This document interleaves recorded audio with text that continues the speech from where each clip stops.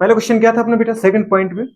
पहला अपने पढ़ा था acidic acid is more acidic then गुड़े बात करें एथेनॉल। सेकंड अपने क्या पढ़ा बेटा बात करें phenol is more acidic then ethanol. Phenol is more acidic then गुड़े बात करें क्या फिनॉल इज बेटा बात करें क्या मोर एसिडिक देन किसके कंपेयर में बताओ बेटा बात कर देन जल्दी बोलो phenol is more acidic then ethanol. Ethanol ठीक है गुड़िया बात कर ऐसा क्यों? क्योंकि अगर अपन बेटा बात करें फिनॉल को लेते हैं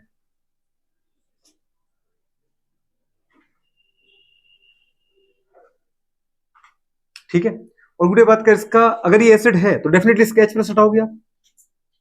जो प्रोटॉन देता है वही गुड़िया बात कर एसिड होता है। तो इसका मतलब क्या बना बेटा बात करें जो इसका कॉन्जुगेट बेस बना अगर ये एसिड है तो इससे H प्लस निकलेगा और एसिड से H प्लस निकल जाएगा तो क्या बनेगा बेटा इसका कॉन्जुगेट बेस बनेगा। और आपको पता है कॉन्जुगेट बेस में बेटा बात करें एक हाइड्रोजन का ही तो अंतर होता है कॉन्जुगेट एसिड बेस में। कॉन्जुगेट बेस के अंदर एक हाइड्रोजन कम होता है और कॉन्जुगेट एसिड में एक हाइड्रोजन ज्यादा होता है। बाकी पूरा स्ट्रक्चर यदि वैसे का वैसा ही है। लेकिन अगर इसके अंदर अपन देखें बेटा बात करें तो ये बना हमारे पास फिनॉक्साइड आयन जो कि कॉन्जुगेट बेस है। किसका कॉन्जुगेट बेस है बेटा बात करें फिनॉल का। ये हमारे पास दीदी बात करें क्या एसिड है। इसका ये कॉन्जुगेट बेस है और इसका ये कॉन्जुगेट एसिड है ठीक है तो वो फिनॉल तो लिखा ही है। दूसरा आपने लिखा बेटा बात करके एथेनॉल। एथेनॉल मतलब C2H5 गुड़े बात करके क्या OH। ये भी दीदी एसिडिक नेचर शो करता है इसका मतलब इसका भी अपन H प्लस निकाल लेते हैं। अगर इसका भी आपने गुड़े बात कर H प्लस निकाला मतलब इसने भी अगर हाइड्रोजन को प्रोटॉन के फॉर्म में रिलीज किया H प्लस निकल गया तो ये क्या बनेगा बेटा बात कर ये बनेगा फिनॉक्साइड आयन। क्या बनेगा इथॉक्साइड आयन C2H5 गुड़े बात कर क्या O निगेटिव। अब आपको पता है बेटा बात करें अगर इसको अपन पूरा भी खोल दें CH3CH2 यहां जो चार्ज गुड़े बात करें जो कॉन्जुगेट बेस बना इथॉक्साइड आयन किसका किसका गुड़े कॉन्जुगेट बेस बना सोचो एथेनॉल का। और जो फिनॉक्साइड आयन है वो कॉन्जुगेट बेस है किसका फिनॉल का। गुड़े बात करें इनमें कौन सा कॉन्जुगेट बेस बात करें मोर स्टेबल है। अगर आप देखो यहाँ पे जो नेगेटिव है गुड़े बात करें नेगेटिव सिंगल डबल यहाँ पे रेजोनेंस है। अगर ये सिंगल नेगेटिव चार्ज यहाँ चला जाए तो बेटा बात करें पता है जो पाई बॉन्ड है वो यहाँ पर आ जाएगा मतलब नेगेटिव यहाँ शिफ्ट हो जाएगा। मतलब यहाँ पे गुड़े बात की जब इसका आप कॉन्जुगेट बेस बनाओगे तो इस ऑक्सीजन का पूरा चार्ज क्या होगा कंप्लीटली गुड़े बात कर क्या हो चुका डीलोकलाइज हो चुका मतलब कंप्लीट चार्ज इसका खत्म हो चुका है। यहाँ डबल बॉन्ड बेटा बात कर यहाँ पे आपका जो बॉन्ड बने थे पहले के वैसे रन दो यहाँ नेगेटिव आ गया। अब अगली बार गुड़े बात कर क्या होगा ये नेगेटिव यहाँ कूदेगा तो बेटा बात की इधर आ जाएगा इसके ऊपर नेगेटिव आ जाएगा। फिर गुड़े बात की इधर कूदेगा तो नेगेटिव इधर आ जाएगा मतलब यहाँ पे चार्ज कैसा है डीलोकलाइज्ड। फिनॉक्साइड आयन में गुड़े बात की जो नेगेटिव चार्ज कैसा है delocalised negative charge is delocalised. Delocalised का मतलब क्या है विस्थानीकृत घूम रहा है तो इसका मतलब एक ऑक्सीजन पे लगातार नहीं बना है डीलोकलाइज्ड है। डीलोकलाइज्ड इसका मतलब बेटा बात कर क्या है ये चार्ज एक जगह नहीं है मतलब पर एटम पर चार्ज क्या है मिनिमम है। सो गुड़े बात कर जो कॉन्जुगेट बेस होगा वो कैसा होगा मोर स्टेबल। सो गुड़े बात करें conjugate base is more stable. अगर ये कॉन्जुगेट बेटा बात कर मोर स्टेबल है तो डेफिनेटली क्या होगा मोर फॉर्म होगा। क्या होगा बेटा मोर फॉर्म होगा। मोर फॉर्म अगर ये हो रहा है ज्यादा जो चीज स्टेबल होती है वो ज्यादा बनती है। ये ज्यादा कब बनेगी जब ये ज्यादा टूटेगा तो इसका मतलब ये क्या मोर ब्रेक। कैसा बेटा बात करें मोर ब्रेक हो रहा है। मोर ब्रेक का मतलब जल्दी से और ज्यादा H प्लस दे रहा है। जितने जल्दी और जितने ज्यादा H प्लस देगा ये उतना अच्छा एसिड होगा मतलब क्या बेटा बात करें मोर एसिडिक। अब यहाँ की बात करते हैं क्या है रेजोनेंस है नहीं है जबकि पीछे से गुड़ा इफेक्ट ही आ रहा है तो लगातार ये क्या होगा चार्ज को बढ़ाएगा। चार्ज को क्या करेगा बढ़ाएगा। बात समझ पा रहे इसकी कितनी प्यारी चीज है। इसके पास एक तो माइनस आई तभी चार्ज खींच रहा है और एक दीदी बात करे पता है -M तब भी चार्ज ले रहा है कि नहीं ले रहा है। अरे बेंजीन जो है वो ऑक्सीजन का चार्ज ले रहे हैं तो उसके ऊपर नेगेटिव आया कि नहीं है फेनिल के ऊपर तो -I -M दोनों आ गए उसका। समझ पा रहे हो दे रहा है इलेक्ट्रॉन की ले रहा है तो इसके ऊपर माइनस आ गया -I और -M दोनों शो कर रहा है अल्टीमेटली नेगेटिव चार्ज कम कर रहा है। और यहाँ पे बेटा बात करें कोई इसका चार्ज ले नहीं रहा है क्योंकि लोन पेयर मतलब नेगेटिव सिंगल सिंगल यहाँ रेजोनेंस नहीं है। रेजोनेंस नहीं तो इसका चार्ज कैसा है लोकलाइज्ड है। गुड़े बात कर बताए बिल्कुल negative charge is localised. Negative charge गुड़े बात कर इज लोकलाइज्ड। अगर नेगेटिव चार्ज बेटा लोकलाइज्ड है लोकलाइज्ड मतलब स्थानीकृत है लोकलाइज्ड मतलब यहां से जा ही नहीं रहा है तो इसका मतलब क्या है मोर चार्ज बेटा बात करें। अगर मोर चार्ज है मोर चार्ज तो इसका मतलब क्या है लेस स्टेबल क्योंकि charge is inversely proportional to क्या है स्टेबिलिटी। अगर चार्ज ज्यादा है तो स्टेबिलिटी क्या है दोस्तों कम है तो अपन बोल सकते बेटा बात कर लेस स्टेबल। मोर चार्ज तो लेस स्टेबल गुड़े बात करें कौन, कॉन्जुगेट बेस, जिसका नाम क्या है, एथोक्साइड आयन। लेस स्टेबल है तो लेस फॉर्म है, क्या है बेटा बात करें, जो स्टेबली कम है वो कम बनेगा, लेस फॉर्म। अगर ये लेस फॉर्म है तो इसका मतलब ये जो गुड़े बात कर रहे हैं बन किससे रहा है, ऐसे ही बन रहा है ना, ये कम कब बनेगा, जब ये कम टूटेगा, इसका मतलब ये लेस ब्रेक है। लेस ब्रेक गुड़े बात कर रहे होता है, इसका मतलब क्या बेटा, ये लेस एसिडिक है। कैसा है, लेस एसिडिक है, छोटी सी तो बात है, लेस एसिडिक। बात समझ पा रहे हो, तो ये पता चला गुड़े बात कर अपन को, चार्ज मतलब यहाँ रेजोनेंस ही पता चल रहा है। अगर चार्ज डीलोकलाइज है मतलब रेजोनेंस है, तो पर यूनिट एटम पर चार्ज कम हो जाएगा, चार्ज कम होगा तो उसकी स्टेबिलिटी बढ़ जाएगी, स्टेबिलिटी बढ़ेगी तो उसका फॉर्मेशन ज्यादा होगा। ये ज्यादा कब बनेगा, जब उसका रिएक्टेंट ज्यादा टूटेगा। अगर ये गुड़े बात का रिएक्टेंट ज्यादा टूट रहा है मतलब ज्यादा H+ दे रहा है, तो इसका मतलब ये मोर एसिडिक है। बात समझ में आ रही है नहीं।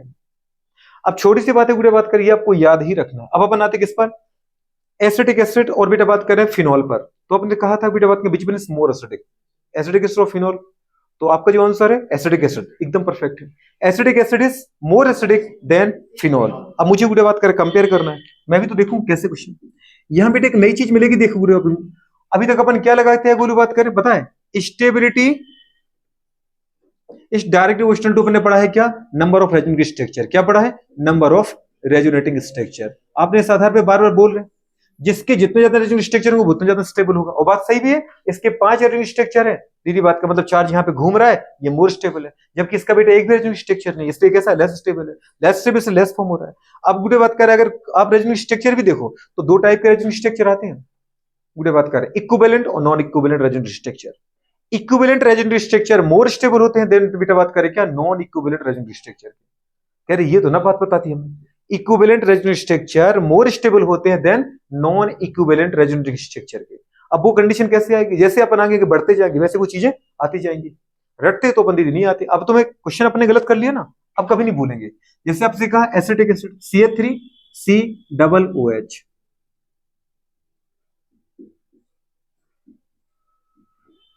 ये एसिटिक एसिड है, और मैडम एक फिनॉल है, बेंजीन के ऊपर क्या लगा दो तो ये क्या बन गया, फिनॉल बन गया। अगर यहां से बेटा बात के H+ को आप हटाते हो तो इसका मतलब है कंप्लीट का कंप्लीट बेटा बात के लोन पेयर किसने लिया, ऑक्सीजन ने लिया। तो इसका मतलब बेटा बात क्या, अगर यहां से हम H+ हटा दें तो बेटा बात करें क्या बनेगा बेटा, जो कॉन्जुगेट बेस बनेगा वो क्या बनेगा, एसिटेट आयन। एसिटिक एसिड का कॉन्जुगेट जो बेस होता है वो क्या होता है, कॉन्जुगेट बेस जो होता है वो एसिटेट आयन होता है। अगर अपन देखें गुड़े बात करें, आपको लग रहा है यहाँ पे चार्ज लोकलाइज्ड है, डीलोकलाइज्ड, डीलोकलाइज्ड है, क्यों, डबल सिंगल नेगेटिव। गुड़े बात करें, अरे है कि नहीं बेटा बात करें, तो ये बना हमारे पास एसिटेट आयन। एसिटेट आयन जो है वो क्या है, कॉन्जुगेट बेस है, एसिटेट आयन इस conjugate base of acetic acid. Phenol, phenol का गुड़े बात कर अपन बोलते हैं कि अगर ये भी एसिडिक नेचर शो करता है, ठीक है करता ही है, जो कि करेगा बेटा बात कर, तो यहां से क्या निकाल दो H+ दीदी बात क्या अगर निकला तो डेफिनेटली पूरा का पूरा गुड़े बात कर पता है बॉन्ड, मतलब ये लोन पे किसने लिया, ऑक्सीजन ने। क्या बन गया बेटा बात कर, फिनॉक्साइड आयन, क्या बन गया, phenoxide ion. Phenoxide ion is a बेटा conjugate base, phenoxide ion is a conjugate base, किसका बताओ गुड़े बात कर, ऑफ फिनॉल। ऑक्सीजन के ऊपर क्या आ गया, नेगेटिव, नेगेटिव का मतलब अपना इलेक्ट्रॉन तो लिया, साथ में हाइड्रोजन का भी ले लिया, बहुत बढ़िया। अच्छा गुड़े बात कर, अगर रेजोनेटिंग स्ट्रक्चर देखें तो आपको इसके कितने दिखे, दो। जैसे बेटा बात करें ये नेगेटिव, नेगेटिव मतलब कौन, लोन पेयर ही तो है, पूरे का पूरा बॉन्ड लिया था ना ये वाला। तो गुड़े बात कर जैसे ही नेगेटिव मतलब लोन पेयर कहां कूदेगा बेटा, सिंगल बॉन्ड पर। वैसे बेटा बात करिए डबल जो बॉन्ड बना इसमें जो पाई बॉन्ड वो कौन ले जाएगा, ऑक्सीजन। क्योंकि ऐसा तो हो नहीं सकता, क्योंकि क्योंकि अब इस कार्बन के 4 बॉन्ड है, क्या बेटा बात किसको भी यहाँ कुंदा दो, समझ पा रहे हैं। तो अगर यहाँ ये बॉन्ड बनाओ इसको नहीं हटा तो कार्बन के तो 5 बॉन्ड हो जाएंगे। 5 बॉन्ड कभी कार्बन रख सकता है क्या, नहीं रख सकता। इसका मतलब जैसे बेटा बात करें एटम से बॉन्ड दीदी बात करें कहां, गुड़े बात करें पता डबल बॉन्ड की तरफ घूमेगा, डबल बॉन्ड गुड़े बात करें पता है इस गुड़े बात करें पता लोन पेयर से दूर भागेगा। तो एटम से लोन पेयर कूद रहा है बॉन्ड पर, और बॉन्ड का पाई बॉन्ड जा रहा है एटम पर, एटम टू बॉन्ड और bond to atom, atom to bond, bond to atom, गुड़े बात करें इलेक्ट्रॉन का फ्लो हो रहा है। इसके गुड़े रेजोनेटिंग स्ट्रक्चर कितने हैं, अगर अपन देखें बेटा दो बने, CH3 single bond C, single bond O negative, मतलब लोन पेयर इधर आ गया, डबल बॉन्ड गुड़े बात करके आगे बेटा O, और गुड़े बात जो नेगेटिव था वो उसका क्या होगा, न्यूट्रल हो गया। बात समझ पा रहे हो, ऑक्सीजन के ऊपर जो एक नेगेटिव था, एक इलेक्ट्रॉन उसने अपने पास रखा, लेकिन जो एक्स्ट्रा था वो कार्बन को दे दिया, तो गुड़े उसका जो चार्ज है वो न्यूट्रल हो गया। लेकिन आप बोलोगे इस कार्बन को मिला चार्ज तो इसके ऊपर नेगेटिव आना चाहिए, इसके ऊपर नेगेटिव आया था, लेकिन इसने अपना दे दिया एक इलेक्ट्रॉन इस ऑक्सीजन को भी तो दे दिया, तो नेगेटिव की वजह से वो पॉजिटिव आ गया, टोटल क्या हो गया, न्यूट्रल हो गया। इसके कितने बेटा रेजोनेटिंग स्ट्रक्चर बने गुड़िया बात करें, दो, दो रेजोनेटिंग स्ट्रक्चर बने, टू रेजोनेटिंग स्ट्रक्चर। और जरा इसके कितने बनाते अपन 5, जैसे इधर कूदेगा बिल्कुल तो आपको पता है बेटा इधर कूद जाएगा। अगर इसका अपन रेजोनेंस स्ट्रक्चर देखें तो अगले स्ट्रक्चर पूरे कुछ इस तरीके से आ जाएगा। ऑक्सीजन और बेटा बात करें यहाँ नेगेटिव, यहाँ पे अगली बार दीदी बात करिए सिंगल बॉन्ड पे कूदेगा इलेक्ट्रॉन तो ये बेटा कहाँ चला जाएगा, एटम पर चला जाएगा। मतलब जो अगला स्ट्रक्चर आपके पास रेजोनेंस स्ट्रक्चर आएगा वो कुछ बेटा बात करें इस तरीके से आ जाएगा। इधर नेगेटिव आ गया, इधर डबल इधर डबल, अगली बार क्या होगा बेटा इधर कूदेगा तो पूरे बात करिए एटम पे चला जाएगा। अगला रेजोनेंस स्ट्रक्चर यहाँ पर आ गया, ठीक है। इधर आया था, इधर नेगेटिव आ गया, इधर और सॉरी दीदी बात कर यहाँ पे नेगेटिव आया था और यहाँ बेटा बात कर क्या आ गया, डबल बॉन्ड डबल बॉन्ड। अगली बार बेटा बात कर क्या होगा पूरे सोचो, ये इधर कूदेगा, जैसे इधर कूदेगा ऑक्सीजन को अपना इलेक्ट्रॉन वापस लेना पड़ेगा, लेगा कि नहीं लेगा। और जैसे लिया गुड़े बात कर अगले स्ट्रक्चर आपके पास ये आ गया।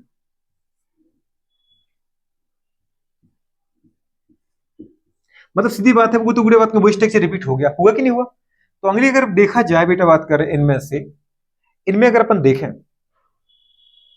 2 resonance structure 5 resonance structure 5 resonating structure, मोर रेजोनेंस स्ट्रक्चर मोर स्टेबल। अगर ये कंसेप्ट लगाओ तो ये मोर स्टेबल होना चाहिए और जो मोर स्टेबल है उसको ज्यादा बनना चाहिए। मोर स्टेबल मोर फॉर्म मतलब ये मोर ब्रेक मोर एसिडिक, हम ये लगा देंगे जो कि अपने लगाया। अब आपको पता है बेटा बात कर यहां जो गुड़े बात कर नेगेटिव आया वो किन पर आया, इस कंडीशन में देखो इसमें अगर अपन नेगेटिव देखें किस पर आया, नेगेटिव आया ऑक्सीजन पर। नेगेटिव किस पे था, ऑक्सीजन पर। 100% टाइम दोनों रेजोनेंस स्ट्रक्चर में बोले 100% टाइम गुड़े बात कर जो नेगेटिव रहा वो मोर इलेक्ट्रोनेगेटिव एटम पर रहा। दोनों स्ट्रक्चर में जो नेगेटिव है वो ऑक्सीजन पर है। अब जरा इनमें आना गुड़े बात करें, फर्स्ट स्ट्रक्चर जब गुड़े बात करें आपने बनाया था तो गुड़े बात कर 1 2 3 4 5, पहली बात दीदी बात करें मतलब टोटल 100% स्ट्रक्चर बने, जो 2 है वो उसके 100% है और इसके 5 के 5 स्ट्रक्चर दीदी बात 100% है। तो 100% में से गुड़े बात करें पता है एक स्ट्रक्चर में ऑक्सीजन पर नेगेटिव है, दूसरे स्ट्रक्चर में ऑक्सीजन पर नेगेटिव है, मतलब 5 का अगर दीदी एक स्ट्रक्चर निकाले तो कितना आ रहा है 20% आ रहा है। तो केवल और केवल बेटा बात करें पता 40% पर दीदी बात कर 40% टाइम जो नेगेटिव है वो मोर इलेक्ट्रोनेगेटिव एटम पर है, जबकि 60% टाइम गुड़े बात करें कार्बन पे नेगेटिव मिला आपको, कार्बन पे नेगेटिव मिला आपको, कार्बन पे नेगेटिव मिला आपको, मतलब लेस इलेक्ट्रोनेगेटिव एटम पर नेगेटिव चार्ज था। कुछ समझ में आ रहा है। 60% टाइम जो नेगेटिव चार्ज था वो किस पे था, वो था गुड़े कार्बन पे, और 40% टाइम किस पे था, ऑक्सीजन पर। जबकि मोर इलेक्ट्रोनेगेटिव एटम पर दीदी बात करें चार्ज अगर रहे तो अपन क्या बोलते हैं, मोर स्टेबल। नेगेटिव चार्ज और मोर electronegative atom is more stable, जबकि नेगेटिव चार्ज दीदी बात करें on less electronegative atom is less stable. 5 structure जरूर बने लेकिन 60% टाइम चार्ज उन एटम पर था जिनकी नेगेटिविटी दीदी बात करें बहुत कम थी। इसका मतलब ये स्ट्रक्चर गुड़े बात का चाहे कि भी स्टेबल नहीं हो पाए। यहां आपने स्टेबिलिटी बढ़ाई नहीं और गुड़े बात का स्टेबिलिटी को बर्बाद किया। यहां पे उन एटम के ऊपर आपने नेगेटिव लाए जो नेगेटिव झेल ही नहीं सकते थे। समझ पा रहे हो। तो आप तो समझिए कि चार्ज बढ़ रहा है, चार्ज बढ़ नहीं रहा, जिसकी औकात नहीं थी उतना वजन ढोने की आपने उसके सिर पे उतना वजन डाल दिया। समझ पा रहे हो। तो स्ट्रक्चर तो क्या हो गया, बर्बाद हो गया। 100 किलो का वजन अगर तुम गुड़े बात का 10 साल के बच्चे के ऊपर रखोगे तो वो क्या होगा, टूटेगी उसकी तो गर्दन। समझ पा रहे हो। इसका मतलब नंबर ऑफ रेजोनेंस स्ट्रक्चर आप तुम्हें यहां से समझ में आया कि गुड़े बात का नंबर ऑफ स्ट्रक्चर इंपोर्टेंट नहीं है, इंपोर्टेंट है गुड़े बात करें इक्विवेलेंट रेजोनेंस स्ट्रक्चर का नंबर। अगर बेटा बात करें चार्ज मोर इलेक्ट्रोनेगेटिव एटम पर आ रहा है लेकिन वो कम टाइम आ रहा है तो वो ज्यादा स्टेबल है। देन बेटा बात करें क्या, समझ पा रहे हो, डिफरेंट एटम पर आने की कंपेयर में। इसका मतलब अगर देखें तो ये 100% यदि बात करें नेगेटिव उन पर था जो उसको रखने में कैपेबल थे। ये गुड़े बात करें बताए मोर स्टेबल। इन स्ट्रक्चर को अपन बोलते हैं इक्विवेलेंट रेजोनेंस स्ट्रक्चर। क्या बोलते हैं, इक्विवेलेंट रेजोनेटिंग स्ट्रक्चर। और 100% रेजोनेंस स्ट्रक्चर कैसे थे बेटा, इक्विवेलेंट। क्योंकि गुड़े बात करें इसमें देखो तो ऑक्सीजन पे नेगेटिव, उसमें देखो तो ऑक्सीजन पे नेगेटिव। अगर सारे स्ट्रक्चर में, सारे रेजोनेंस स्ट्रक्चर में एक ही एटम पर सिमिलर चार्ज बार बार रिपीट हो रहा है तो वो कहलाते हैं इक्विवेलेंट। अगर गुड़े बात करें बता अगले अलग अलग रेजोनेंस स्ट्रक्चर में अलग अलग एटम पर चार्ज रिपीट हो रहा है तो वो कहलाता है नॉन इक्विवेलेंट रेजोनेंस स्ट्रक्चर। कौन कहलाते हैं, नॉन इक्विवेलेंट। तो ये बेटा बात करें 5 बने लेकिन ये जो थे 5 के 5 क्या थे, नॉन इक्विवेलेंट। क्या थे बेटा बात करें, नॉन इक्विवेलेंट गुड़े बात करें रेजोनेटिंग स्ट्रक्चर। बात समझ में आ रहा है कि नहीं यार बेटा बात करें। अच्छा आपको इतना समझ में आया गुड़े बात करें, नॉन इक्विवेलेंट जो स्ट्रक्चर है, equivalent resonating structure is more stable then बेटा बात करें क्या, नॉन इक्विवेलेंट गुड़े बात करें क्या, रेजोनेटिंग स्ट्रक्चर। मैं चाहता था पता है क्या, मुझे पता है दीदी बात का टाइम लग रहा है पर अगर मैं टाइम नहीं दूंगा तो तुम्हें समझ नहीं आएगा। मैं रूल पर रूल पढ़ाता जाऊं, समझ पा, एक दिन में इतना सारा करा दिया। तो तुम्हें हवा भी नहीं लगेगी। मैं चाहता हूँ पहले क्वेश्चन अपन करें, यहाँ पे ये सोच के कर रहे हैं कि अपन तो एग्जाम में बैठे हैं, हमने अपना एफर्ट लगा दिया और क्वेश्चन गलत हो गया। अब पता चल गया ना कि भाई साहब ये भी सोचना है। अब ये क्वेश्चन तुमसे पेपर तक में गलत नहीं होगा, कर लोगी? सही की गलत? सही ही होगा। बात समझ पा रहे हो? किसी के स्ट्रक्चर बनाओ। अब तुम्हें दो चीजें देखनी है। वहां सारे दीदी बात कर रहे हैं, पता है एटम पर जो चार्ज आ रहा है वो सिमिलर एटम पे आ रहा है, तो उन सारे स्ट्रक्चर को अपन क्या बोल देंगे? इक्विवेलेंट। अगर बेटा बात कर वो चार्ज गुड़े बात कर अलग अलग एटम पे आ रहा है तो क्या बोलेंगे उसको? और ज्यादा स्टेबल कौन होता है? Equivalent compare to. और तुम्हें समझ भी आ रहा है क्यों आ रहा है? Negative charge 100% time on more electronegative, और negative charge 60% time on less electronegative atom, only 40% time की बात करो more electronegative atom. Oxygen more electronegative atom है तो उस पर चार्ज स्टेबल है, लेकिन उसकी चांस ही कितने आ रहे हैं? 60-40%। और मोस्ट ऑफ टाइम आपने कहां चार्ज रखा नेगेटिव? लेस स्टेबल एटम पर, तो वो सारे स्ट्रक्चर क्या हो गए? लेस स्टेबल हो गए, बर्बाद हो गए। समझ पा रहे हो? तो बताओ दीदी बात करें अपन यहां से, कोई आपसे पूछे बेटा बात करें ये मोर एसिडिक है कि ये मोर एसिडिक है? ये जो रेजोनेंस स्ट्रक्चर है इक्विवेलेंट रेजोनेंस स्ट्रक्चर, कैसे बेटा? More stable. कैसे है? आपने कहा ना इक्विवेलेंट रेजोनेंस स्ट्रक्चर इज, या आप बेटा बात करें क्या? More stable. Equivalent resonance structures are more stable. More stable it means बोलो बात करें मोर फॉर्म। मोर फॉर्म पूरे बात करें मोर स्टेबल तो मोर फॉर्म होंगे। अगर ये मोर फॉर्म है इसका मतलब जिससे ये बना बेटा बात करें वो एसिड मतलब वो रिएक्टेंट क्या होगा? More reactive. मोर रिएक्टिव मतलब मोर ब्रेक। ये मोर रिएक्टिव होगा कि नहीं होगा? जब ये मोर रिएक्टिव होगा तभी तो ज्यादा ज्यादा टूटेगा। More reactive. मोर रिएक्टिव मतलब ये मोर ब्रेक होगा। मोर ब्रेक होगा मतलब ज्यादा टूटेगा। नहीं समझ पा रहे हो? मोर ब्रेक। मोर ब्रेक मतलब मोर एसिडिक। क्या बोलोगे? More acidic. छोटी सी बात है, बहुत बड़ी बात है, बहुत छोटी बात है। लेकिन अगर आपने देखा हो, नहीं देखा दिक्कत दीदी बात करें आप सॉल्व नहीं कर सकते थे।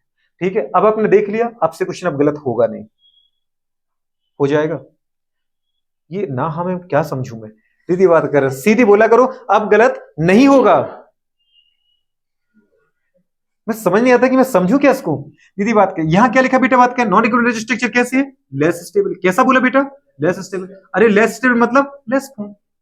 लेस फॉर्म इसका मतलब पूरे बात करें जिससे ये बन रहा है ये क्या होगा बेटा? Less break. बहुत बढ़िया। लेस ब्रेक मतलब लेस रिएक्टिव। हाँ लेस रिएक्टिव लेस एसिडिक। क्या बोलना बेटा? Less acidic. आया समझ में कि नहीं आया? तो क्या आंसर आया? Acetic acid is more acidic due to गुड़े बात करें क्या बेटा बात कर? हाँ acetic acid is more acidic than phenol due to गुड़े बात करें क्यों? ड्यू टू क्या? Equivalent resonating structure in acetic acid. और गुड़े बात करें non equivalent resonating structure in phenol. कौन से रेजोनेटिंग स्ट्रक्चर मोर स्टेबल बेटा बात करें? इक्विवेलेंट। इक्विवेलेंट रेजोनेटिंग स्ट्रक्चर कौन से होते हैं? जिसमें दीदी बात का जो चार्ज है वो हर बार एक ही एटम पर रिपीट हो। मोर और छोड़ दो, एक ही एटम पर रिपीट हो उसको बोलते हैं इक्विवेलेंट। क्या बोलते हैं? क्योंकि जो प्रायोरिटी इसकी है वही प्रायोरिटी उसकी है। नॉन इक्विवेलेंट किसको बोलते हैं? व्हेन बेटा बात करें चार्ज, व्हेन सिमिलर चार्ज गुरु बात करें इज प्रेजेंट ऑन बेटा बात करें different atom in different structure, so all resonating structure considered as a non-equivalent if similar charge present on गुड़े बात करें same type of atom in all resonating structure, so all resonating structure consider बेटा बात करें as a equivalent resonating structure। समझ में आ रहा है कि नहीं आ रहा है? नहीं आ रहा है? नोट करो फटाफट। इतने प्यारे क्वेश्चन दीदी बात कर रहे हैं, मतलब आपसे कोई पूछे आप आराम से कोई भी दो एसेट दे दिया आपको, आप आराम से सॉल्व कर सकते हो। कर सकते नहीं कर सकते? ये वर्ड लिखना ही है दीदी। वहां स्टेबल, यहां ज्यादा रिएक्टिव, वहां बुरे बात का लेस स्टेबल, समझे? ये लेस रिएक्टिव। आया समझ में? क्या यहां बोर्ड रूल नहीं लग रहा है? Acidic strength of acid is directly proportional to stability of conjugate base. वही तो लग रहा है, जिसका कॉन्जुगेट बेस बेटा जितना स्टेबल है उसका एसिड उतना एसिडिक है। कितना प्यारा है, नोट करो जल्दी।